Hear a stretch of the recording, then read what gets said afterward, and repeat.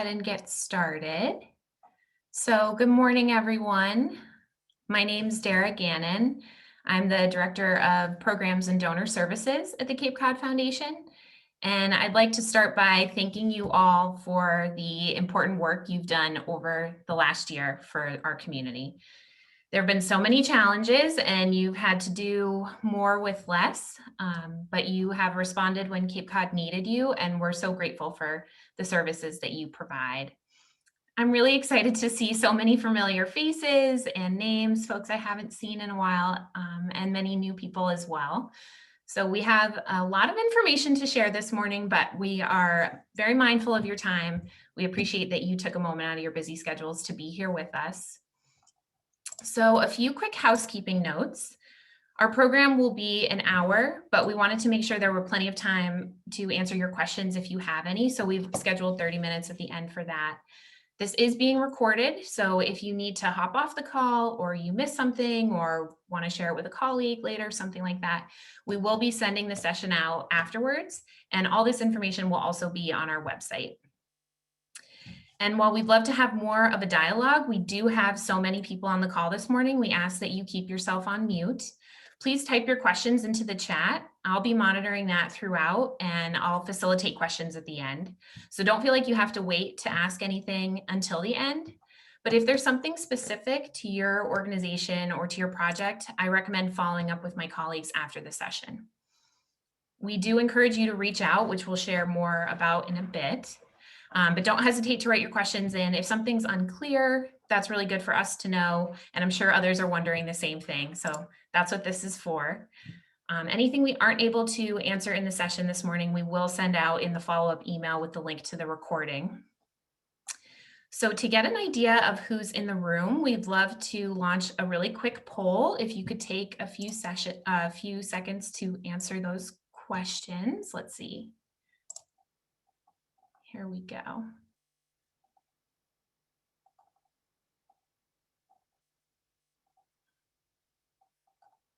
Can everyone see the poll? Yes, okay, good.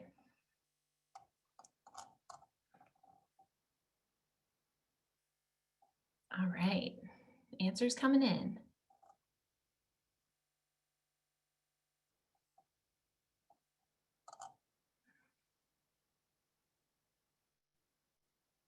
And we will have the PowerPoint for most of the session, except for the Q&A at the end.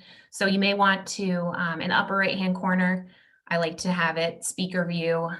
So the three of us you'll see, but makes it a little easier, hopefully, to see the PowerPoint.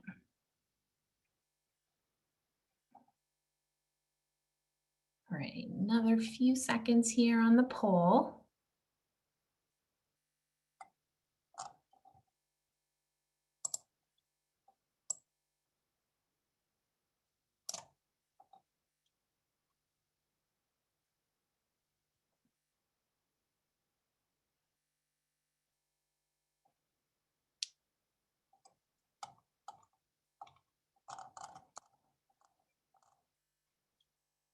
All right, I'm going to go ahead and end the poll and share the results. Hopefully you can all see that.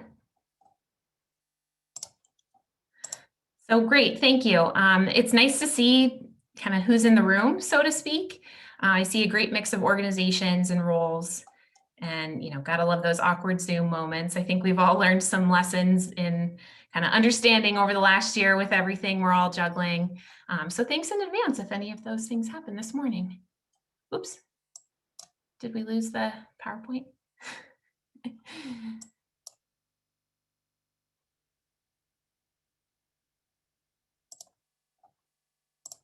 Technical difficulties right on cue.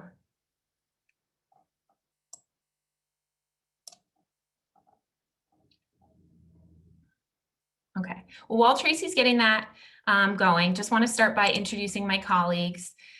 Tracy Kramer is our Director of Operations. So we're so grateful to have her join us here this morning. We also have Helene Gaudreau, who's our Program Officer, and Caitlin Aber is our Capacity Building and Strategic Partnerships Officer. You'll be hearing more from Helene and Caitlin shortly. They both joined the foundation in November. They bring a wealth of knowledge to their roles, and we're thrilled to have them as part of the team. So I'll briefly share some information about the foundation for those who don't know, kind of what we've been up to over the last year and where we're going. So the Cape Cod Foundation is one of 850 community foundations around the country. There are about 1,000 more around the world whose overarching mission is to match community resources and community needs. The model was started over 100 years ago, and we're all designed to serve a particular geographic area. Ours is Barnstable County. There are community foundations on Nantucket as well as Martha's Vineyard, and we work closely with both. So we fund across all areas of life on Cape Cod: the arts, health, environment, youth, everything. We were established in 1989 by the Snow family of Orleans with a $10,000 scholarship fund. And since then, we've distributed $80 million back into the community. Last year, we distributed $1 million in educational scholarships and $4.5 million in grants to nonprofits. And the foundation also has a unique perspective because even though our organization is a grant maker, as a community foundation, we're also a 501c3 nonprofit. So we also raise our own operating funds, and we write grants too for projects that are outside kind of our traditional role or for specific programs. We have an amazing staff of 9, 3 full-time, 6 part-time, a 13-member board of directors, and over 100 committee volunteers. So checking in on tech real quick. Do we have the PowerPoint?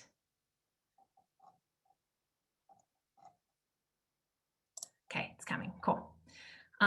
So we accomplish our mission in a number of ways. We work with individuals, families, businesses, and community groups, as well as other nonprofits to establish their own fund with the foundation. We have 320 individual funds right now. The majority of these are endowed, so they're designed to last in perpetuity, and the assets from those funds, hey, there we go. Thanks, team. Okay. So, yep, that's our New Year's photo. Okay, great, thank you. So the assets from those funds are pooled together, invested, and a certain amount of money is allocated annually through each one of our funds. A large part of our distributions come from donor advised funds. So that's where a donor recommends what they want to support with the approval of our board. And we share grant ideas with donors in a couple different ways. If we know they have a particular interest area and say we've had a conversation with you or you submit a grant to one of our programs and we think they would be interested, we share that with them. So that's a bit more organic of a process.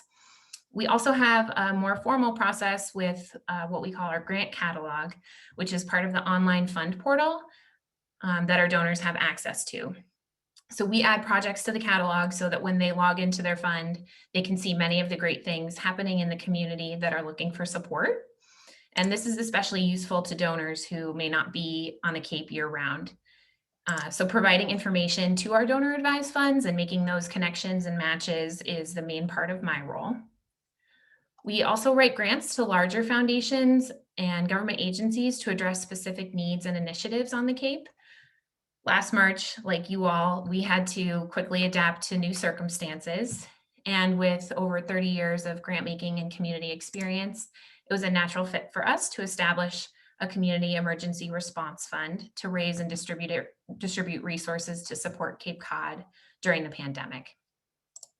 You'll hear more specifics about the Emergency Response Fund a bit later, but just to share as an example of where we wrote grants to foundations off Cape and to the state to bring resources here. And that's where the majority of the funding for the Emergency Response Fund came from.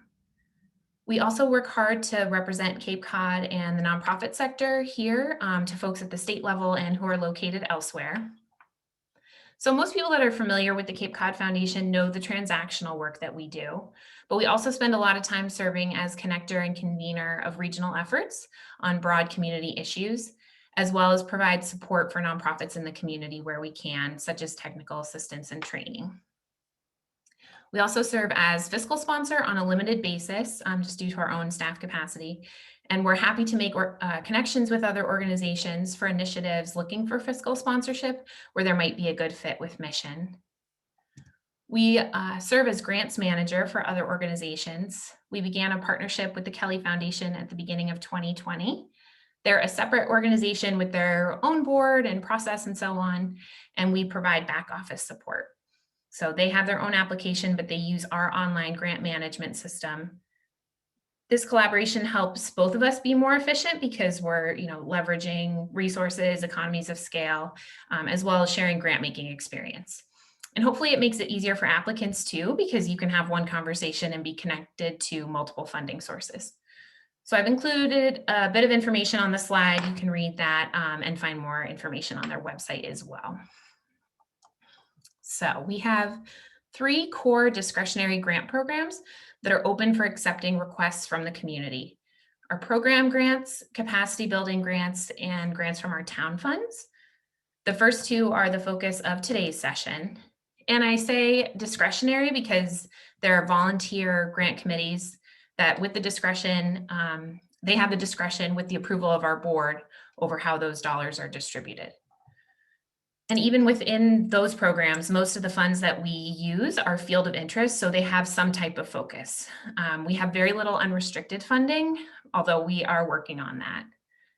So if you know us, you probably knew all that. You might be wondering what's new for 2021. We've always had a pool of resources and funds that we pull from for our discretionary grants. But now we're not creating new grant programs for each new fund that we get and being reactive to the restriction or focus that we're given. So for example, last year we were grateful to receive a large bequest that established a fund for the visual arts. So rather than having a separate grant program, if you apply for a program grant or a capacity building and your project or your organization involves visual arts, that's the fund we'll use. Similarly, we've had separate grant programs in the past for various funds that support things like animal welfare, LGBTQ programs, STEM education, and so on. So rather than having separate deadlines and processes, you just tell us what you're doing, and it's our job to find the right fund on the back end to match it. So the best news, what that means is more money to give. We have about $600,000 available for capacity building and program grants this year. And because of the need in the community, our board also voted to increase our spending rate from our endowed funds, which will put additional resources back into the community for 2021. So I've shared a lot of information with you, and I'll shortly turn it over to my colleagues. But 3 things I hope you take away from what I've shared is that, 1, we have more money to give. 2, a simplified and streamlined process. Like I said, no more multiple applications and deadlines. We'll also have faster turnaround for answers and different options for reporting, which you'll hear about later. Our team's also taking on more of the background research. So when you go to our applications, you'll notice that we no longer ask for organizational information like your mission statement, your board list, 501c3 letter, stuff like that. We'll be gathering any relevant organizational information based on conversations with you, or maybe we already have that because we work closely with you, something we can gather from your website, GuideStar, stuff like that. So hopefully applications will take a lot less of your time. That's our goal. And really with all this, we just hope to have stronger relationships with you and with your organizations. So with that, I'll turn it over to my colleagues, Helene Gaudreau and Caitlin Aber, to give you all the program details. Thank you. Hi, everyone. I'm Helene Gaudreau, and I was delighted to join the foundation team in late 2020. So I come from a nonprofit development background. About a year ago, I would have been an attendee at this info session. So I bring that nonprofit perspective to all of our work. The bulk of my career was spent as manager and then director of foundation relations and communications at the Re-Immigrant Center, which is Boston's welcome center for immigrants and refugees from around the world. I've also worked at a fundraising consultancy firm in Ireland and at the Alliance to Protect Nantucket Sound in Hyannis. My role at the foundation includes oversight of our program grants, which we'll be discussing soon, our town funds, and general grant administration. So for those of you interested in our town funds, including the Falmouth Fund, the Chatham Fund, the Fund for Sandwich, and the Harwich Fund, here's just a brief background. Those funds were established as grassroots efforts by groups of citizens looking to provide philanthropic support to nonprofits who really make a positive impact in each respective community. These funds are critical because while much of the foundation's approach is very regional, each fund is really able to hone in on the needs of their respective town, its population, youth, environment, culture, and so much more. The funds are led by committees comprised of individuals who are highly involved in their local communities. These folks deeply understand what the needs are in their town. Applications for town funds are typically open in the fall, though many have transitioned to proactive grant making given the pandemic. Please don't hesitate to reach out to me if you're interested in learning more about our town fund grant making. Now I'd like to pass it over to my colleague Caitlin to introduce herself and to share a little bit more about who's eligible to apply for our grant opportunities. Thank you, Helene. Hi, everyone. My name is Caitlin Aber, and I'm the Foundation's Capacity Building and Strategic Partnerships Officer. Before coming to the Foundation in late 2020, I worked in the nonprofit sector. I started out on the funder side, working for Chinna 17 in Cambridge, which is a regional community health network area similar to the Cape's Chinna 27. In that role, I oversaw grant making and coalition building efforts. Then I went back to school for my master's degree in prevention science, and I worked on the grantee side of the nonprofit world, directing public health and youth programming initiatives. So I've written a lot of grants myself, and I'm excited to apply that lens in my position here and work with Helene, Dara, and the rest of the Cape Cod Foundation team to continue to strengthen our grant programs to be as responsive to community needs and streamlined for applicants as possible. A fun fact about me is that I'm actually a triplet. We aren't identical though. I have a brother and a sister, and some people say we don't even look alike, like siblings. Everyone seems to have a different opinion about that. But moving back to the subject of my role here at the Foundation, as Cape Capacity Building and Strategic Partnerships Officer, I'll be taking the lead on our Emergency Response Fund grant making, capacity building, and other strategic initiatives. As most of you are aware, at the onset of the pandemic last March, we allocated $100,000 in discretionary money to seed our Emergency Response Fund. The fund is intended to support nonprofits that are addressing immediate and ongoing human needs, including food, healthcare, and childcare services for essential workers. A portion of these funds are also dedicated toward rebuilding and recovery. To date, through the generosity of private foundations, corporate partners, and individual donors, we've raised approximately $2.6 million and distributed $1.8 million to local nonprofit organizations who are providing critical services to residents in need. These grants are made on a proactive basis without an open application process.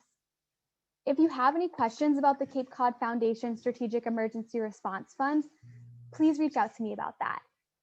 And I'll be speaking more about the capacity building initiatives shortly. For now, let's dive into what is eligible for grant funding. Our primary geographic area is Barnstable County, but some of our funds do support the islands. Our grant making is broad and supports all areas of our community, such as health, human services, and the environment, education, the arts, and community development. We predominantly fund 501c3 charities with some exceptions, such as municipalities, civic organizations, schools, and faith-based organizations. If your organization is not a 501c3, we encourage you to read through the program and capacity building grant guidelines on our website to see if you qualify. We'll send a link to this in the chat. You're also very welcome to reach out to us if you have any questions about whether your organization qualifies for grant funding. Now I'm going to turn things over to Helene so that she can provide an overview of our program grants. Thanks, Caitlin. So now on to our first grant opportunity. The good news is I think many of you will be very familiar with program and project grants. The Foundation's program grants will support or strengthen projects and programs that are already in existence or those that are in planning, development, or pilot phases. We will also support one-time projects that have specific community outcomes, but those can't be fundraisers. Our program grants will also fund expenses that are essential to implementing a project or program, such as equipment or staff time. Program grants will be accepted throughout the year on a rolling basis. Our grant committee plans to meet every other month throughout 2021, and decisions will be shared about 6 weeks after a proposal is submitted. We anticipate receiving a high volume of applications this year, and we're also taking an approach of funding more funding to fewer organizations for greater overall impact. Awards will range between $5,000 and $10,000. If you have a project or program request that is for less than $5,000, you can please feel free to reach out to me and we'll discuss your eligibility or other funding matches. Additionally, if you're unsure whether your grant is a good match for this program, please feel free to schedule a conversation. We'd be happy to steer you in the right direction, and we'll be open and honest with you about whether your program is a good fit. As Dara mentioned earlier, we're doing our utmost at the Foundation to reduce requirements on grantees and to make partnering with the Foundation simple and streamlined. As a result, we are offering a number of reporting options for those who are awarded funding. First, grantees could submit a traditional written report with financials or a copy of something you've written for another funder that covers the same project. Second, grantees could schedule a one-on-one conversation with the Foundation to report in on how your project went. And third, grantees could submit a short video update to the Foundation. That could be fun. All of these reporting options will be managed through our online grant management system following a grant award. Reporting can happen whenever is most convenient for a grantee, but it should be within a year of funding or before you submit a new application. So let's talk about the program grant application itself. If you've not already seen it, in order to view both program and capacity building applications, you either should create a new account or log into your profile with our online grant management system. We'll cover how to do this in just a little bit. Please note that most of the tips that I'm about to go through will also apply to capacity building. So I think you'll find that most of the application questions are very standard. There's some overview information we'll be asking, like your project or program name, your service area, the amount you're requesting, and your program and but there's a few questions that I'd like to cover with some more specific guidance today. The first, geography and population served. Through this question, we're looking to learn more about the communities that you're serving and where your program is happening. The answer to this question will look a lot different depending on what type of organization you are. So for example, a human services organization could provide some demographic information about the populations you serve, just what you know from experience or based on what you already collect. Don't create anything new. If you're an environmental organization, you could respond to this question by sharing information about the geography impacted by your efforts and about any specific communities who might be impacted by action or by a lack of action. Overall, we don't want this to create a burden. Don't feel like you need to develop a survey or anything like that to inform your response. We just want to ensure that the Foundation is funding a diverse range of organizations and populations. And we also really want to ensure that our funding is accessible to everyone. Community needs. So the next question is about our goal is to support programs and projects that respond to high priority areas of community need. So not only will your response to the community need question let us know about the problem that your proposal seeks to address, but the collective feedback that we gather from all of your responses will help inform the Foundation's understanding of issues at stake for the community. So the project and program description, here you get to provide details on your proposed work. Please include anything that you think is useful for us to know about the operation of your project. but know that we firmly believe organizations and their leaders are best suited to strategically implement programs effectively and responsibly. Just provide us with a snapshot for what the project and program involves, when it will occur, and any important steps that you will be taking along the way. The next question is collaboration. This is an optional question because we know that some projects occur without any partnership. However, this is a great space to share how you're working with other organizations to take a holistic approach to respond to community need. This does not refer only to direct partnerships, but you could also include organizations you refer clients to or organizations who support the project in other ways. Outcomes, impact, and evaluation. In this section, you'll share what occurs as a result of the project or program. Under outcomes, we're referring to a direct result of the program based on an immediate goal. So here's just an example of an outcome. Let's say your organization provides ESOL education. An outcome would be something like, our goal is for students to experience a 15% increase in English language proficiency based on an internal test.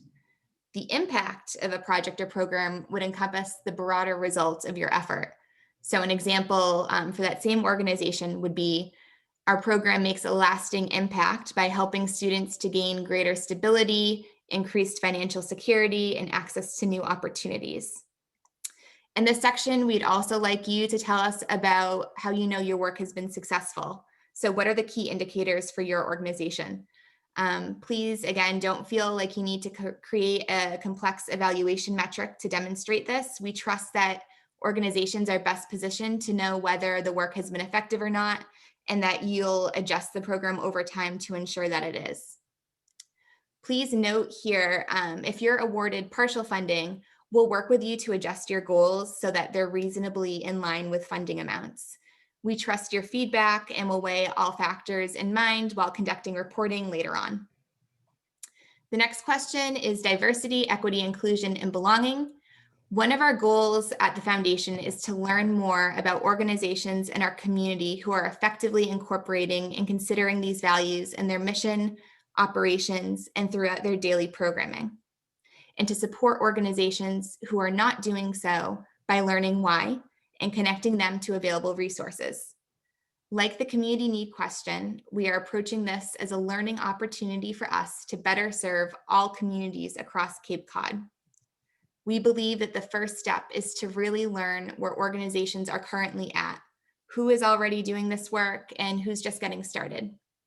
We'll provide a few examples of areas that you can touch on in your response. Just a few examples. Is your organization incorporating the perspectives of the population served in program design and delivery? Are you ensuring that services are accessible to historically underserved and marginalized communities? Do you conduct your services in a variety of languages to increase access? And do you provide DEIB training to staff, board, or volunteers? We encourage you to answer the question openly and honestly so that we can learn more. So that the foundation can take action by making connections between organizations and by providing resources to those who need it, and so that we can propose broad and collective community approaches that are really responsive to need based on your input. I have a few other notes to share about the application.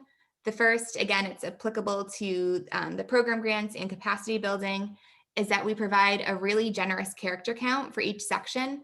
That's because we've received feedback, and I know Caitlin and I are familiar from experience, that it's really frustrating to work with a limited character count. However, this does not mean that we want you to feel any burden with filling in all of the available space. It's not our intention for this application to take a long time at all. Use a space to share only what you feel is necessary to say. And please note that the character count does include spaces. Another note applicable to both applications, on the required budget, we are transitioning to Philanthropy Massachusetts Common Proposal Budget Template. That's because we're aware that other funders also use this form, and we'll send the form in the chat. It's also available on the program application itself. So we hope that using this form means that you'll be able to reuse program budgets with some slight variances rather than just recreating a new form for us. Our dream at the foundation is for all funders to share a common template like this one to simplify requirements for you all. If you're having trouble with the budget, feel free to contact me for help. I've used it plenty of times and I'm happy to steer you in the right direction. Here are just a few tips for the budget. Make sure to include income and expenses so our committees can see the whole picture of your proposal and so they understand how foundation support fits in. This will help us also to potentially address other funding gaps that you could have.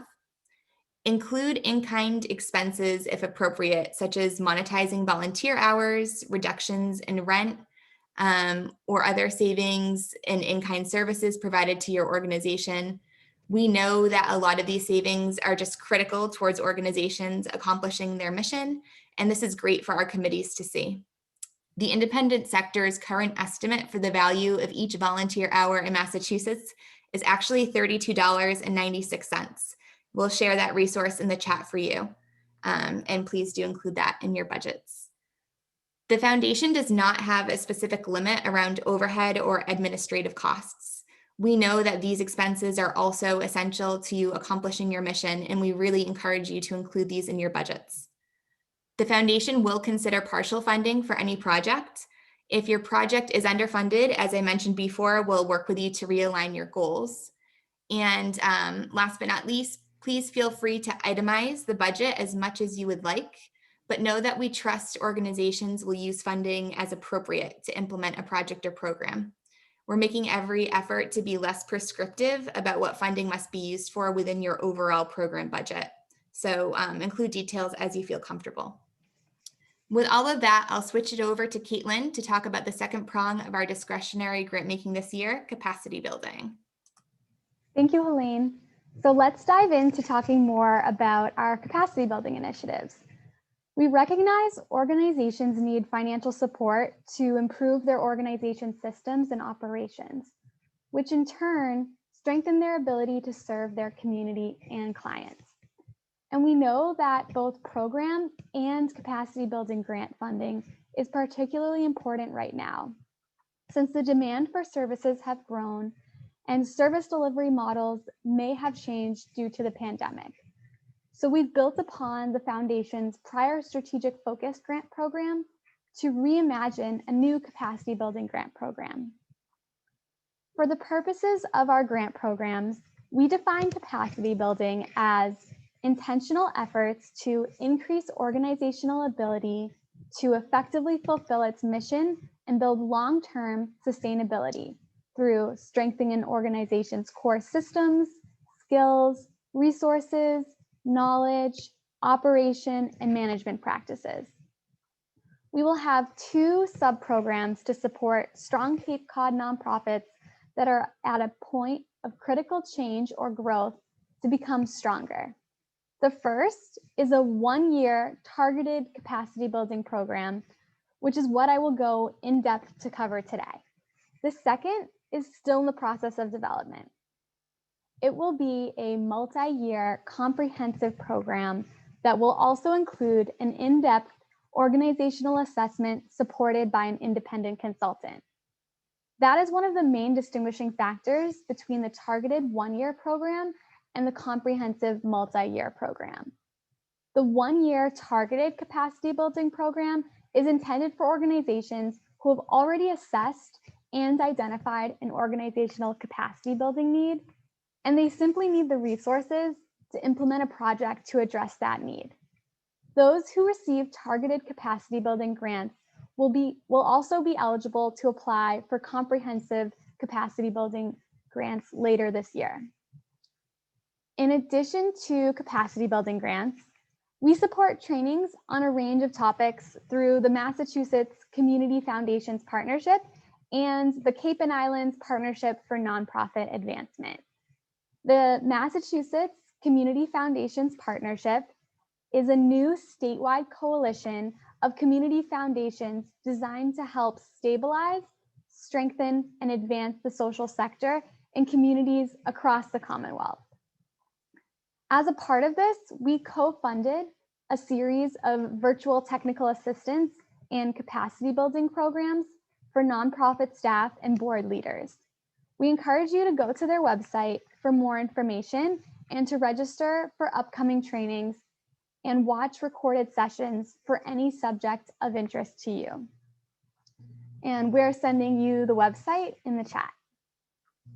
The Cape and Islands Partnership for Nonprofit Advancement is a regional collaborative that we facilitate to effectively coordinate and expand training and educational opportunities for nonprofit professionals on Cape Cod and the islands. We compile and distribute a monthly newsletter of training and educational opportunities. If you haven't already, we encourage you to sign up for this newsletter, and we'll send a link in the chat about that too. Now a little more information about the last branch of our capacity building initiatives, the Institute for Nonprofit Practice. In 2015, we formed a collaborative with 17 area funders to bring an award-winning leadership development program from the Institute for Nonprofit Practice to the Cape and Islands. Its abbreviation is INP. INP's intensive program focuses on individual development, group problem solving, and building a local peer network that will continue to support and strengthen the leaders long after the program ends. The application process will open in the next few months for the INP program on Cape Cod. We encourage you to go to INP's website if you're interested in learning more. A link to that is also being sent in the chat. So now let's talk more about the Targeted Capacity Building Grant Program, which we just released. This will have a letter of inquiry, or LOI for short, that will be due on April 22nd. On May 7th, we'll let applicants know if they are invited to apply for the full request for proposal, which we abbreviate as RFP. The RFP will then be due on June 3rd, and we'll make grant award announcements on June 18th. Grants for the Targeted Capacity Building Program will generally be $15,000 to $25,000. We hope that the letter of inquiry will provide the opportunity to work more closely with organizations throughout the process and allow for refinement by giving the opportunity to have questions answered and ultimately support projects that are most aligned with the overall Targeted Capacity Building Grant guidelines. We don't want organizations to go through a lot of work if it's just not the right fit. The LOI is a simple, short, and sweet application and essentially asks about 3 questions. 1, what is the project purpose and need or issue to be addressed? 2, how will the project address that issue or need? And 3, what are the proposed outcomes of the project? You'll then be asked to share some information regarding the project budget and population served. The full Philanthropy Massachusetts budget template that Helene had mentioned earlier will not be a part of the LOI stage of the Targeted Capacity Building Grant application process. If you are invited to submit a full request for proposal, it will be a part of that. The Targeted Capacity Building Grant Program will have a peer education cohort component for executive directors to participate in peer learning network meetings with other grantees through an initial kickoff meeting and then quarterly 2-hour meetings. Grantees may also choose to designate a different staff member to participate in these meetings if that's more appropriate. These meetings will aim to foster relationships, collaboration, and knowledge sharing among grantees. We want to make sure they are as useful and responsive toward grantees' needs as possible. So the initial kickoff meeting will be used to gather grantee feedback on how best to structure the peer education network meetings throughout the grant year. Grantees may also choose to allocate a portion of their grant budgets towards staff time for participation in these meetings. In addition to the peer education component, the Targeted Capacity Building Grant Program will also support the equipment, staff, consultant fees, or other expenses needed to implement a capacity building project. For those applying for funds for a consultant, you are welcome to use any consultant of your choosing, and you are not required to identify who your consultant would be in your letter of inquiry or their exact hourly rate. However, we do encourage you to conduct some research so that you have a rough estimate of your total project budget. And if invited to submit a full RFP, you would then be asked to share this information in your full proposal. Finally, funding for the targeted capacity building grants will also support collaboration and cross-sector partnerships, although that isn't a requirement of the grant program. For now, I'd like to talk more about information about examples of types of projects that the targeted capacity building grants will support. Please note this is not intended to be an exhaustive list, and these examples are not meant to be prescriptive in any way. We recognize that these examples may not be relevant toward your organization's work, and we welcome you to apply for projects based on your organizational and community needs. You're also invited to talk with me further after this presentation if you have a project proposal that is not listed here. I also want to make sure to say that applicants can pursue multiple projects for their proposal as long as the projects can be completed in the 1-year grant period. So examples of projects that would be supported by the Nonprofit Capacity Building Grant Program are listed on this slide and in our guidelines. For the sake of time, I'm going to elaborate on a few examples. So for strategic collaboration, one example is working together with other organizations towards strong, visible, and vocal advocacy efforts for public policy decisions regarding a community issue that affects each organization's populations and ability to fulfill their mission. This could also involve efforts to challenge a range of systemic and cultural norms, such as substance use disorder or mental health destigmatization, for instance. Another example based on a prior grantee's proposal is working with other organizations who have similar missions or programs to retain a consultant with expertise in procurement and strategic corporate relations. This consultant conducted analysis of current purchasing practices to identify and increase efficiencies and introduce best practices that would ultimately achieve cost savings for all agencies involved. The organizations involved in this prior grant project found that through the process of working together, they were able to streamline their training efforts for staff. And by doing so, they were able to further reduce individual organizational costs. Now on to the next example about streamlining processes for workflow improvement. An example of this could be hiring a process improvement trainer that provides an in-depth training and one-on-one coaching to managers who implement process improvements. The intended outcome would be to see immediate improvements in client services and organizational effectiveness. Goals of the process would be to decrease length of stay for residents in shelters and decrease length of time from the beginning of the intake interview to clients' receipt of emergency financial assistance. Further goals would be to decrease turnover of shelter employees and improve cash flow management agility, and thereby better serving clients and the community. Now let's switch gears to capacity building grant tips. While proposals may include a planning component, they should be primarily action-oriented. Let's talk about the strategic plan as an example. Going through a strategic planning process or board retreat would be considered planning and would not be a good fit for the targeted capacity building grant program. That would be a better fit for our comprehensive capacity building grant program, which will be released later this year.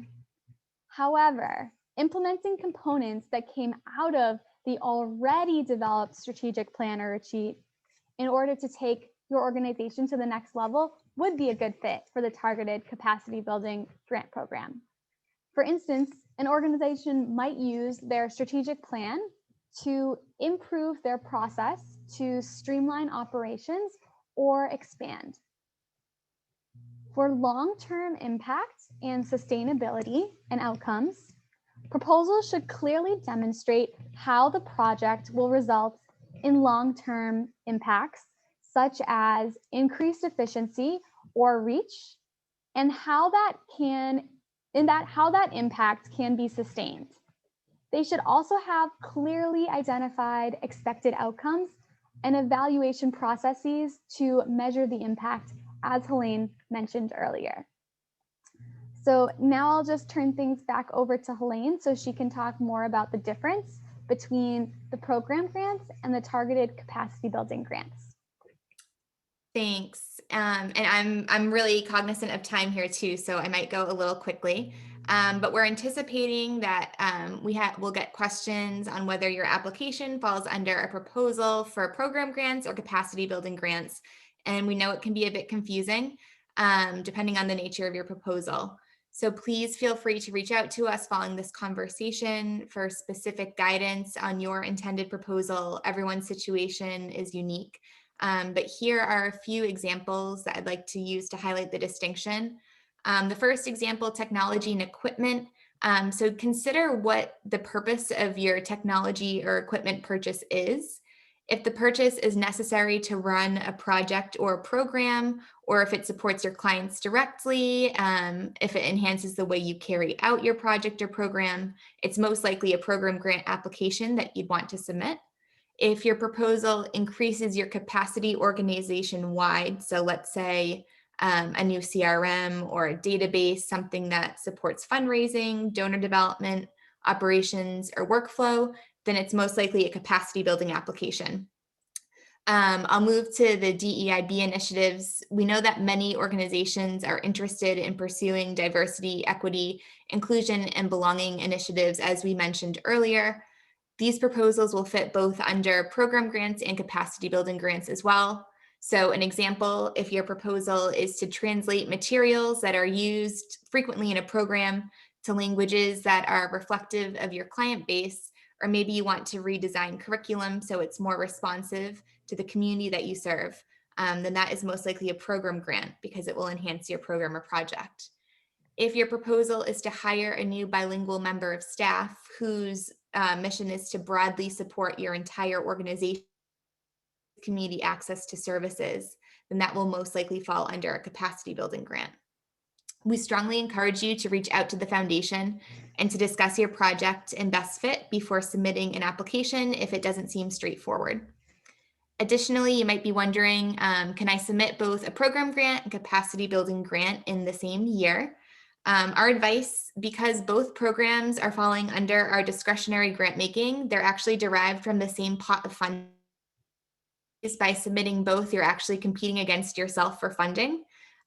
Generally, we would suggest that you prioritize like what is your most important project and submit that to the foundation.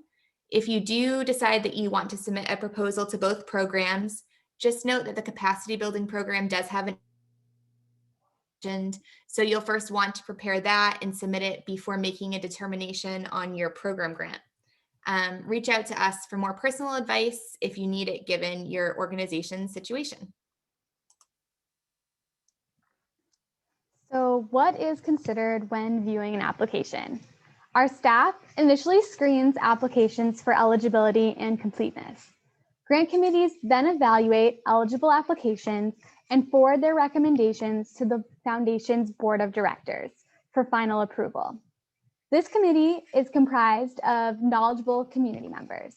Applications will be evaluated based on the demonstrated community need or opportunity for proposed work, clear objectives that relate to the applicant's organizational mission, evidence of the organization's ability or experience to implement the proposed work, and a thoughtful, practical work plan for achieving objectives and sustaining the impact.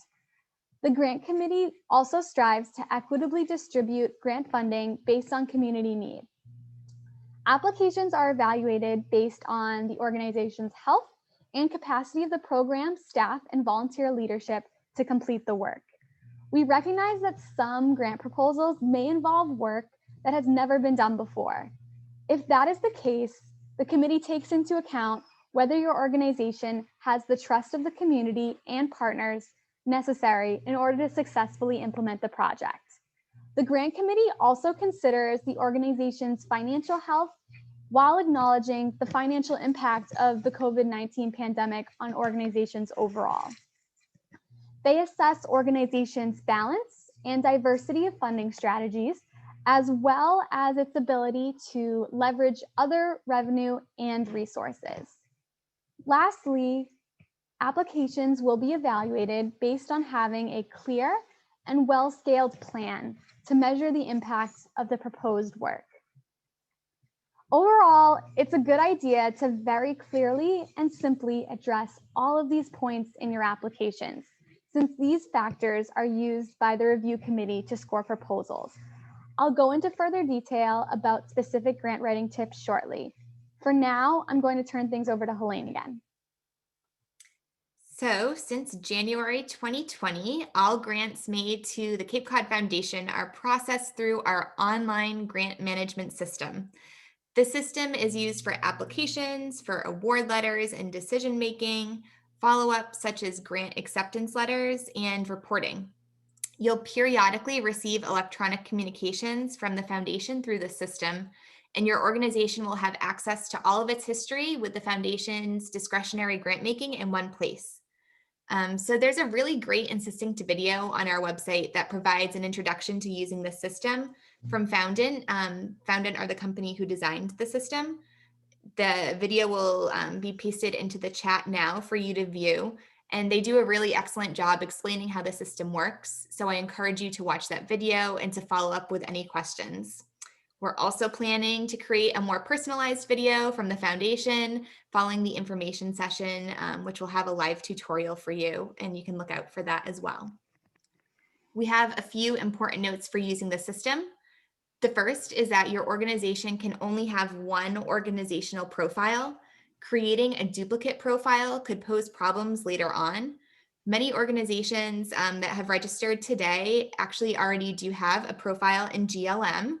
So my best advice is, if you're unsure whether or not your organization has created a profile or already has a profile, just send me an email and I'm happy to check for you. Much better to do that than to go through the process of creating a new one. You can have multiple contacts at your organization associated with this one profile. Many organizations have contacts for their lead grant writer and for their executive director or president. It's most important that you have a contact for whoever manages your grant writing or foundation relationships.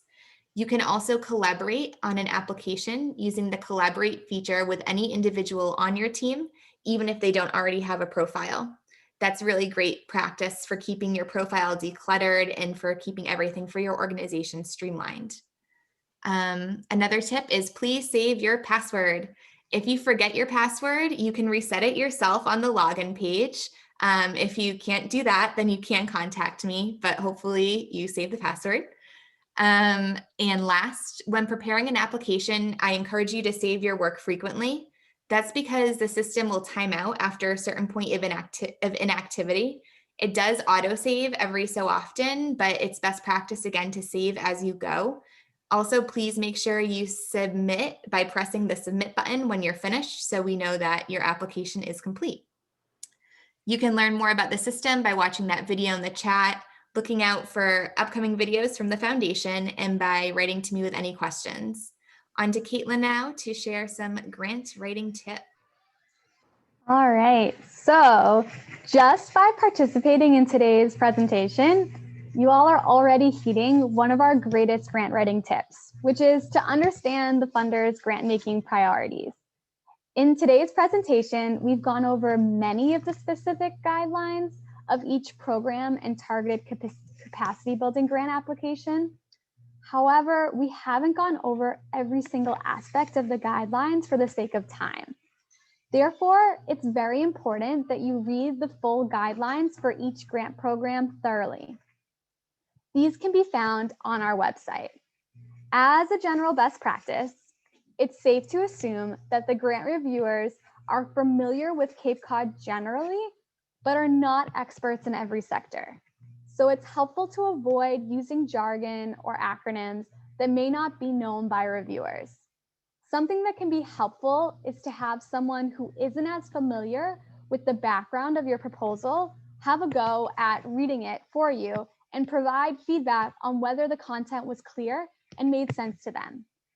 I did that a lot in my prior positions when I was writing grant applications, and it was so helpful to know which parts of my application needed to be made clearer and to catch any acronyms or jargon that I may have inadvertently used.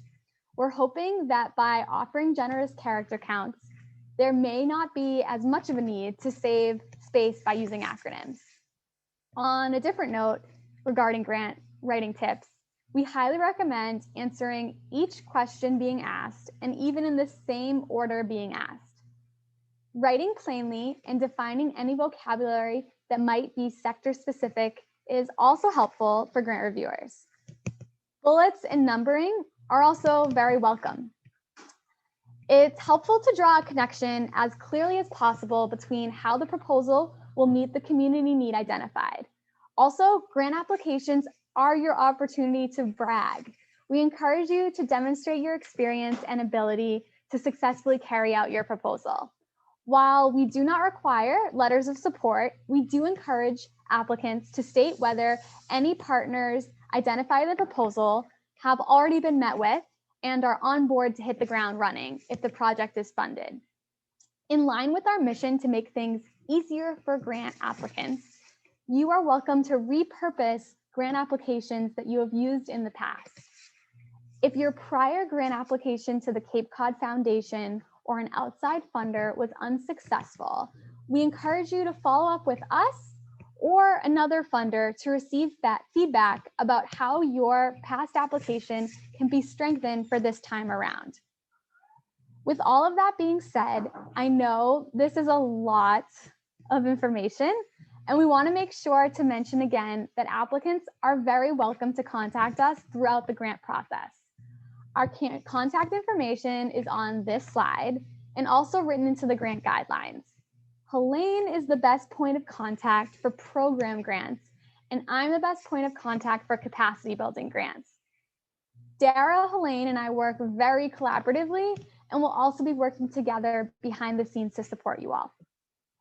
If you have any questions, we advise you to email us.